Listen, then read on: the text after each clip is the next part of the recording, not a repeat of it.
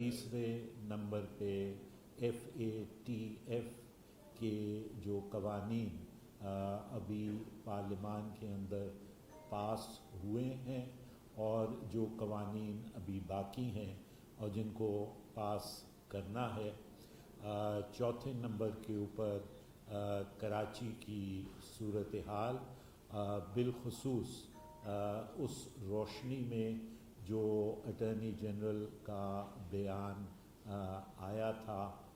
اس کے تحت پانچویں نمبر پہ نیب اور نیب کی جو صورتحال ہے ہیومن رائٹس کی رپورٹس کے پیش نظر، سپریم کورٹ کی ججمنٹ جو حالیہ ابھی آئی ہے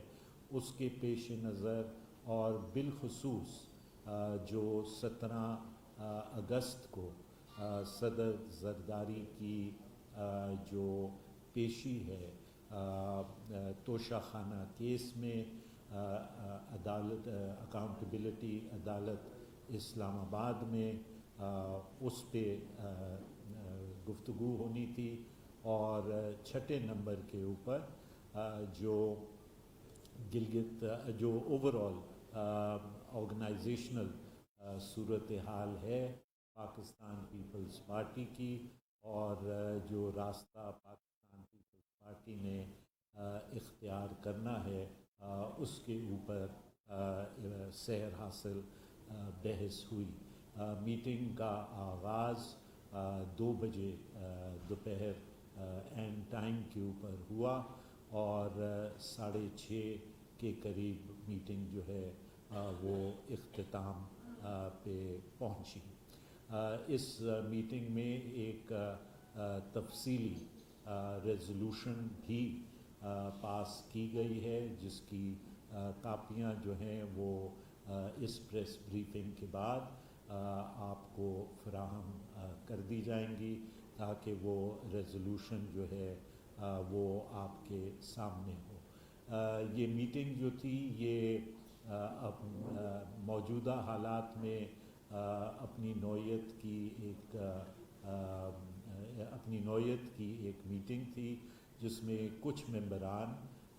جو اس وقت کراچی میں موجود تھے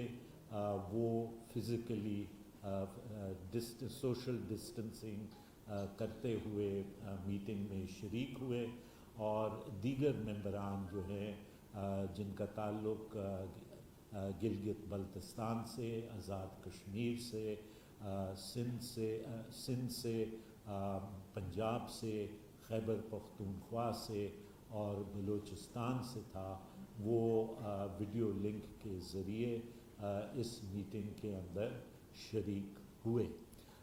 جہاں تک گلگت بلتستان کا تعلق ہے،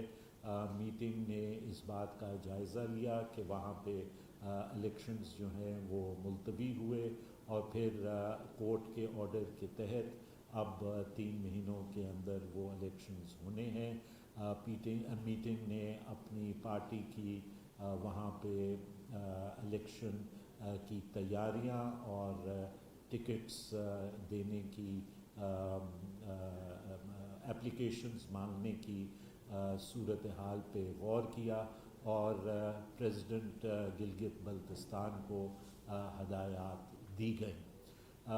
میٹنگ کو نوید قمر صاحب نے FATF کے جو قوانین ہیں ان کے بارے میں تفصیل سے بتایا، اور اس بات کو اجاگر کیا کہ گو کہ وفاقی حکومت کو اس بات کا بہت پہلے سے علم تھا کہ فاٹف کی جو ڈیڈ لائن ہے وہ کب ختم ہو رہی ہے، لیکن ایک سوچے سمجھے میلافائڈ منصوبے کے تحت ان بلوں کو آخری موقع کے اوپر جو ہے وہ پارلیمان میں لایا گیا، تاکہ پارلیمان کے اندر ان کی اسکروٹنی جو ہے وہ نہ ہو سکے۔ اور اس کی وجہ یہ ہے کہ یہ حکومت در حقیقت اپنے اقتدار کو طول دینے کے لیے در حقیقت اس ملک میں فسطائیت کے نظام کو آگے بڑھانے کے لیے استعمال کرنا چاہتی ہے FATF کے ریکمنڈیشنز کو، اور اس کے اندر ایسی شکنگ قانون کے اندر ڈالی گئی جس سے پاکستان کے عام شہری کی زندگی اور اس کے جو آئین کے تحت فنڈامنٹل رائٹس دیے گئے ہیں ان کو متاثر کیا جائے، اور ریاست کے تابع ہر شہری کو کر دیا جائے، اور ریاست کے خوف کے تلے ہر شہری اپنی زندگی گزارے۔ اپوزیشن نے اور بالخصوص پاکستان پیپلز پارٹی نے اس لمیٹڈ مدت کے اندر حتی الامکان کوشش یہ کی کہ جو بلز پاس ہوئے ہیں ان کے اندر ایک ریزنیبلنس جو ہے وہ پیدا کی جائے، اور پاکستان کے شہریوں کے جو آئینی اور قانونی حقوق ہیں ان کو جو ہے وہ پامال نہ ہو، اور پاکستانی شہری کسی انگریز کی ڈکٹاٹ کے تحت اپنی آزادیاں جو ہے وہ اس کی آزادیاں سلب نہ ہو۔ اس وقت اس کے ساتھ ساتھ جو پارلیمانی پروسیجر تھا اس پروسیجر کو بھی حکومت نے سرکموینٹ کرنے کی کوشش کی، اس پروسیجر کو بھی جیسے انہوں نے دیگر اقدامات سے پارلیمان کو ریڈنڈنٹ بنانے کی کوشش کی ہے، انہوں نے ایک بار پھر یہ یہاں پہ کرنے کی کوشش کی کہ جو قانون کو پاس کرنے کے تقاضے ہوتے ہیں آئین اور قوانین کے اور رولز کے تحت ان تقاضوں کو پامال کیا جائے، اسٹینڈنگ کمیٹیز میں بل نہ جائیں، لیکن اپوزیشن اور بالخصوص پیپلز پارٹی کی انسسٹنس اور ایک پوزیشن لینے کے اوپر یہ ان کو کرنا پڑا کہ لولے لنگڑے طریقے سے جو پارلیمانی طریقہ کار ہے اس کو اپنانے کی ان کو اپنانا پڑا۔ 3 ابھی قوانین ایسے ہیں جن کے اوپر پاکستان پیپلز پارٹی نے اور اپوزیشن نے ایک پوزیشن لی ہے، اور وہ قوانین ابھی پاس نہیں ہوئے۔ ایک قانون جو ہے وہ اکنامک ٹیررزم کے اوپر ہے، اور اس کے ذریعے سے یہ ٹیررزم کی اتنی وائڈ ڈیفینیشن دینا چاہ رہے ہیں کہ اس میں ہر ایک آدمی جو ہے وہ اس کی زد میں آئے گا، اور یہ ایک ایسا کالا قانون ہے کہ اگر اس کو پاس کیا گیا اور یا جس صورت میں یہ ہے اس صورت میں اس کو پاس کیا گیا تو شاید آپ کا اور میرا ایک عام شہری کا جینا جو ہے وہ دشوار ہو جائے گا۔ جو دوسرا قانون ہے وہ CRPC یعنی کرمنل پروسیجر کوڈ کے اندر وہ امینڈمنٹ چاہتے ہیں، اور وہ امینڈمنٹ ایسی ہے کہ شاید اگر آپ ہٹلر اور موسولینی کے دور میں اگر آپ چلے جائیں تو شاید اس فسطی دور کے اندر ایسی امینڈمنٹ موجود ہو جو گسٹاپو کے پاس یہ پاورز ہوں۔ وہ یہ چاہتے ہیں کہ اس کے ذریعے سے جو انویسٹیگیٹنگ افسر ہو، اور میں آپ کو صرف خلاصہ بتا رہا ہوں، جو انویسٹیگیٹنگ افسر ہو اس کے پاس لامحدود پاورز ہوں، اور ان لامحدود پاورز کے اندر آپ کے میرے ٹیلی فون کالز کی ٹیپنگ، آپ کے میرے کمپیوٹرز کے اوپر جو انفارمیشن آ رہی ہے اس پہ ایکسیس، اور یہ انہوں نے کہا ہے ناٹ لمیٹڈ ٹو، یعنی کہ یہ تو ہے ہی ہے، اس کے علاوہ بھی اگر وہ کچھ اور اس کے ذہن میں اشتراح آتی ہے تو وہ بھی کر سکتا ہے. تو یعنی کہ یہ آپ کے جو ان آئی اوز ہیں ان کو ایسی پاورز دے دے گا کہ شاید ایسی پاورز ان کو فسطائیت کے دور میں بھی نہ ملی ہوں. تیسرا جو قانون ہے جو ابھی تک پاس نہیں ہوا وہ اینٹی منی لانڈرنگ کا ہے، اور وہ اینٹی منی لانڈرنگ کا بھی جو بل ہے وہ اس میں اینٹی منی لانڈرنگ کے بارے میں جو مختلف چیزیں دی گئی ہیں وہ اپنی جگہ ہیں، لیکن اس سے ایک چیز ضرور ہوگی کہ پوری قوم کی ذہنیت یہ مقبر کی بنوا دیں گے، کیونکہ اس میں یہ کہا گیا ہے کہ اگر کوئی شخص کسی سنارے کے پاس جائے گا، اگر کوئی شخص کسی اکاؤنٹنٹ کے پاس جائے گا، اگر کوئی شخص کسی وکیل کے پاس جائے گا اور اسی طرح دیگر پروفیشنلز کے پاس جائے گا تو وہ اس بات کے ان پہ یہ بات لازم ہوگی کہ اگر کوئی بھی انویسٹیگیٹنگ ایجنسی، اور انویسٹیگیٹنگ ایجنسی کا دائرہ اتنا وسیع کر دیا گیا ہے کہ کوئی درجن سے زیادہ انویسٹیگیٹنگ ایجنسیز اب بن گئی ہیں اس قانون کے تحت، تو وہ دیگر درجن سے زیادہ انویسٹیگیٹنگ ایجنسیز جو ہیں وہ ان لوگوں سے پوچھ گچھ کر سکیں گی کہ آپ یہ بتائیں کہ آپ کا اگر یہ کلائنٹ ہے تو یہ اس کے پاس یہ پیسے کہاں سے آئے، اس نے یہ کام کیسے کیا، اس نے یہ کام میں اس کی منی ٹریل کیا ہے. یعنی کہ اس بات کا بھی خیال نہیں رکھا گیا کہ خاص طور پہ وکلا کے طور کے اوپر کہ جو confidentiality of client and council کی بات ہوتی ہے، یا جو پروویژن قانون شہادت کے اندر کانفیڈینشیلٹی کی موجود ہے، اس کو بھی روند دیا گیا اور اس کو بھی پامال کر دیا گیا. لہٰذا یہ بریفنگ دی اور پاکستان پیپلز پارٹی دیگر اپوزیشن جماعتوں کے ساتھ مل کے ان تین خاص طور پہ قوانین کی جو ہے وہ ڈٹ کے مقابلہ کرے گی. دوسری جو بات اہم ہے وہ نیب کی ہے. نیب کا جو کردار رہا ہے وہ آپ کے اور ہمارے سامنے ہے، اور اس میں ہمیں تو کسی وقت بھی اس بات کا شک نہیں تھا، اور بالخصوص پاکستان پیپلز پارٹی تو آج دن سے نہیں ابتدا سے نیب سے جو ہے وہ متاثر رہی ہے. پیٹریوٹس بنے تو نیب کے ذریعے سے بنے. پیپلز پارٹی کو بڑی اچھی طرح علم ہے کہ کس طرح نیب کو استعمال کیا جاتا ہے پولیٹیکل انجینئرنگ کے لیے، اور کس طرح نیب کو استعمال کیا جاتا ہے ٹیسٹ ٹیوب پولیٹیشنز کو پیدا کرنے کے لیے. سو ہمارے لیے یہ کوئی نئی بات نہیں تھی، لیکن ہیومن رائٹس واچ کی جو حالیہ رپورٹ آئی ہے اس میں جس طریقے سے انہوں نے نیب کو ایکسپوز کیا ہے، اور اس کے بعد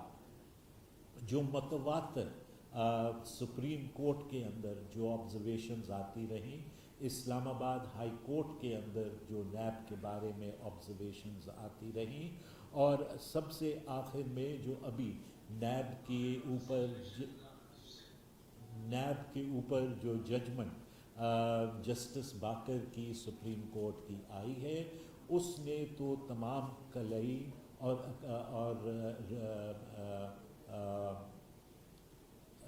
تمام کلئی نیب کی کھول دی ہے، اور نیب کی کریڈیبلٹی کو زیرو پہ لا کے کھڑا کر دیا ہے. تو یہ بات زیر غور تھی، اور یہ بات زیر غور ہمارے آئی. اس کے ساتھ یہ بھی سوال اٹھا، اور جس سے سی اور پارٹی کے دیگر آرگنائزیشنز یہ چاہتی تھیں کہ 17 اگست کو جب صدر زرداری پیش ہوں، اور دیکھیں پیش ہونے کی بھی کوئی ضرورت اس وقت نہیں تھی، کیونکہ صدر زرداری کی طبیعت ٹھیک نہیں ہے. وہ پہلے بھی ویڈیو لنک کے ذریعے سے ان کے اوپر ایک کیس میں چارج فریم ہوا، لہٰذا کورٹ سے استدعا یہ تھی کہ ان کو ویڈیو لنک پہ آپ لے لیں اور ان کی فزیکل پریزنس کو ڈسپینس ود کر دیں. کووڈ کے حالات کی وجہ سے، کووڈ کے حالات جو ہے وہ بہتر ہو جائیں تو صدر زرداری پہلے بھی نیب عدالتیں جاتے رہے، وہ اب بھی نیب عدالت سے گھبراتے نہیں ہیں اور وہ نیب عدالت جا سکتے ہیں اور جائیں گے. لیکن جو ایک ہیلتھ ریلیٹڈ ایشو تھا اس کے اوپر کہا، لیکن کورٹ نے کہا نہیں، یہ بھی ہمارے لیے کوئی نئی بات نہیں ہے، کورٹوں کا یہ رویہ ہم نے یہ بھی سہا ہے اور سہتے چلے جائیں گے. پارٹی کی یہ خواہش تھی کہ وہاں پہ پارٹی کے کارکن جو ہیں وہ جمع ہوں اور اپنی یکجہتی صدر زرداری کے ساتھ دکھائیں جب ان کی پیشی وہاں پہ ہو رہی ہو نیب کی عدالت میں اسلام آباد کے اندر. لیکن صدر زرداری نے یہ بات سینٹرل ایگزیکٹو کمیٹی میں کہی کہ وہ نہیں چاہتے کہ نیب کی پیشی کے وقت پارٹی کے کارکن وہاں پہ جمع ہوں اور ان کے نیب کیسز کے لیے وہ وہاں پہ ڈیمنسٹریٹ کریں. انہوں نے کہا کہ میں نے پہلے بھی نیب کیسز کو فیس کیا ہے اور میں اب بھی نیب کیسز کو بخوبی فیس کر سکتا ہوں اور کروں گا. انہوں نے پارٹی کو یہ ہدایت کی کہ جو پاکستان کے عوام کے مسائل ہیں، جن میں لوڈ شیڈنگ ہے، جس میں چینی کی چوری اور چینی کی شارٹیج ہے، جس میں آٹے کی کمی اور آٹے کی چوری ہے، جو دیگر ایسے عوامی مسائل ہیں، ان مسائل پہ پارٹی ڈیمنسٹریٹ کرے اور پارٹی اپنا تاریخی کردار ادا کرے. وہ از خود پارٹی کے دیگر رہنماؤں کے ساتھ نیب کو فیس کریں گے جیسے وہ ماضی میں کرتے چلے آئے ہیں. تو یہ بات زرداری صاحب نے، پریزیڈنٹ صاحب نے از خود وہاں پہ رکھی. پارٹی نے اس بات کا بھی جائزہ لیا کہ جو سٹیٹمنٹ اٹارنی جنرل نے کراچی کے اوپر سپریم کورٹ میں دیا، یہ کوئی نئی بات نہیں ہے. ایسی سٹیٹمنٹس جس دن سے پاکستان پیپلز پارٹی کی صوبائی حکومت بنی ہے، پی ٹی آئی کی حکومت ایسی باتیں کرتی چلی آئی ہے. کبھی وہ گورنر راج کی بات کرتی ہے، کبھی وہ کراچی کے لیے کراچی کو سندھ سے الگ کرنے کی بات کرتی ہے، جو کراچی سندھ کا دارالحکومت ہے، دارالخلافہ ہے، اس کو الگ کرنے کی بات کرتی ہے. یہ کوئی نئی بات ہمارے لیے ان کی طرف سے آنے کی نہیں ہے، اور یہ پھر ان کی طرف سے اس لیے بھی نہیں ہے کیونکہ پی ٹی آئی جو ہے وہ وفاقیت کے سراسر خلاف ہے. وہ آئین کے اندر جو فیڈرلزم کا کانسیپٹ ہے وہ اس کانسیپٹ کو تسلیم نہیں کر رہے یا نہیں کر پا رہے. اسی لیے آپ دیکھتے ہیں کہ آئے دن 18ویں ترمیم کو رول بیک کرنے کی بھی بات کی جاتی ہے اور کراچی کو سینٹر یا وفاق کے ساتھ منسلک کرنے کی بھی بات، سینٹرلائزیشن کو بڑھانے کی بات ہے. یعنی کہ واپس 1962 کے دور میں یہ جانا چاہتے ہیں، جہاں پہ آلریڈی 1973 کا جو آئین ہے وہ 1962 کی کانسٹیٹیوشن کے اس وقت سائے تلے کام کر رہا ہے. میں آپ کو اس وقت اس کے لیے ایک اور موضوع رکھیں گے، پریس کانفرنس رکھیں گے کہ کس طرح اس کے سائے تلے کام کر رہا ہے. لیکن صرف ایک موٹی مثال دینے کے لیے کہ میں ہوا میں بات نہیں کر رہا، کہ جو کابینہ تھی وہ پارلیمان کو جواب دہ نہیں تھی. آج بھی 18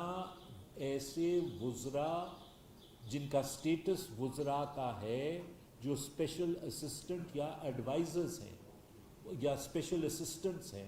اور وہ تمام ان اہم محکموں میں بیٹھے ہوئے ہیں، لیکن وہ پارلیمان کو جواب دہ نہیں ہے کیونکہ اسپیشل اسسٹنٹس جو ہیں وہ پارلیمان کے اندر نہیں آ سکتے. تو لہٰذا یہ ایک موٹی مثال میں نے آپ کو دی کہ کس طرح وہ کر رہے ہیں. ہم اس بات کو بڑے واضح طور پہ پیپلز پارٹی سمجھتی ہے کہ کراچی سندھ کا کیپٹل ہے. کراچی کی ایڈمنسٹریشن، کراچی کی فلاح اور بہبود، کراچی کے عوام کے مسائل کا حل سندھ حکومت کی رسپانسبلٹی ہے، اور سندھ حکومت اپنی اس ذمہ داری کو احسن طریقے سے پورا کرے گی. اگر اس میں امپرومنٹ کی گنجائش ہے تو وہ چیئرمین بلاول بھٹو نے ہدایت دی ہیں، اس میں مزید امپرومنٹ کی جائے گی. لیکن کراچی کی ایڈمنسٹریٹو اور مسائل کی اونرشپ پیپلز پارٹی کی ہے، اس کو ہم حل کریں گے. اور کراچی سندھ کا حصہ ہے، سندھ کا حصہ رہے گا. یہ ایک بہت پرانی سازش رہی ہے کہ کراچی کو سندھ سے الگ کیا جائے تاکہ اس کا ریونیو جو ہے وہ اسلام آباد استعمال کر سکے. یہ خواب پورا نہیں ہوگا. سندھ کے عوام اس کو پورا ہونے نہیں دیں گے کیونکہ ہسٹوریکلی یہ صوبے کا حصہ ہے اور یہ صوبے کا حصہ رہے گا. میں بس ایک اور بات کہہ کے پھر شہری رحمان صاحبہ بھی ہیں اور کھوسر صاحب بھی ہیں. میں صرف ایک بات اور کہوں گا کہ پارٹی نے اس بات کا بھی فیصلہ کیا ہے کہ پارٹی اپنے روابط ڈیموکریٹک پروگریسو فورسز کے ساتھ بڑھائے گی، اور چیئرمین بلاول بھٹو زرداری صاحب اس سلسلے میں مختلف ڈیموکریٹک پروگریسو فورسز کے ساتھ ملاقات بھی کریں گے. پارٹی اپنے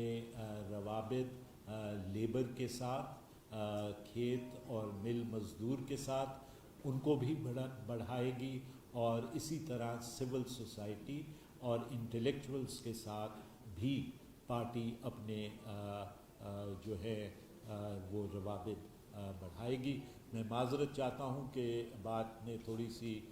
طوالت اختیار کر لی، لیکن ایشوز کچھ ایسے تھے جس کی وجہ سے تھوڑی سی بات لمبی ہو گئی. کھوسر صاحب.